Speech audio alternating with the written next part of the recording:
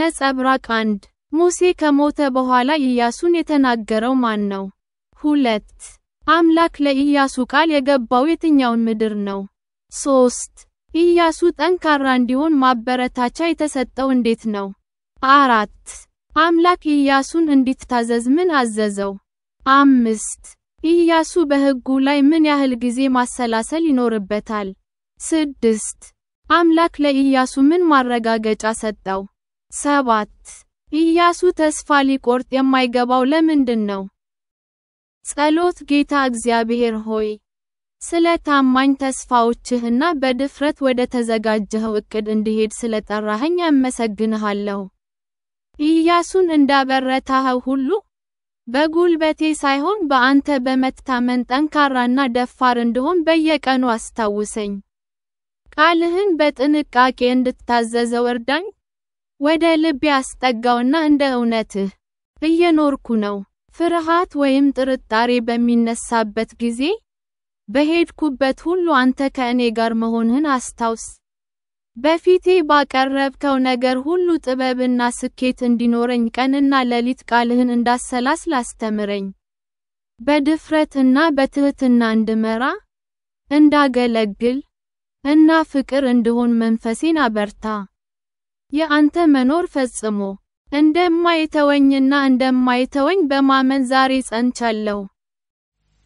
ኢያሱ ምዕራፍ 1 የእግዚአብሔር ባሪያ ሙሴ ከሞተ በኋላ እግዚአብሔር የሙሴን አገልጋይ የነዌን ልጅ ኢያሱን እንዲህ አለው፣ እነሆ ባሪያዬ ሙሴ ሞቷል።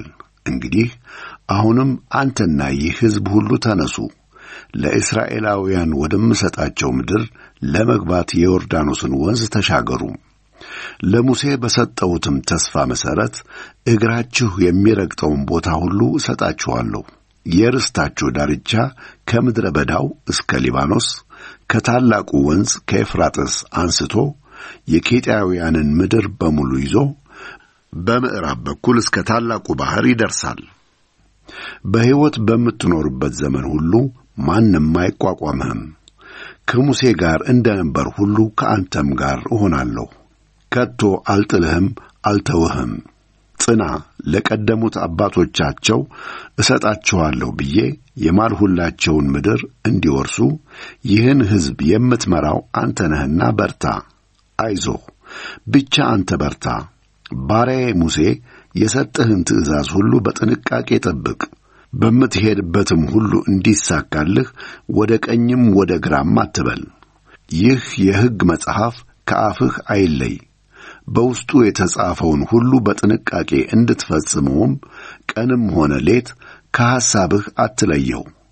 ይህን ካደረግህ ያሰብከው ይቃናል፣ ይሳካልም። በምትሄድበት ሁሉ እግዚአብሔር አምላክህ ከአንተ ጋር ነውና አይዞህ፣ በርታ፣ ጽና፣ አትፍራ፣ አትደንግጥ ብዬ አላዘዝሁህምን?